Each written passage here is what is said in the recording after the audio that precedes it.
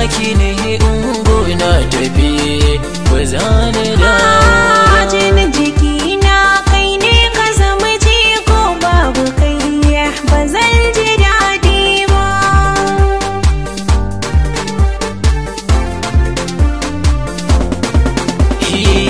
Ina ta kirma ga ana sanyi, gashi garin ya ɗauki wani sauyi. Wahainiya canza kala ta kai, kwatanniya na ji ɗimi ta yi. Karki da hamu ki karɓi duk sauyi, karki ce ba za ki karɓa ba.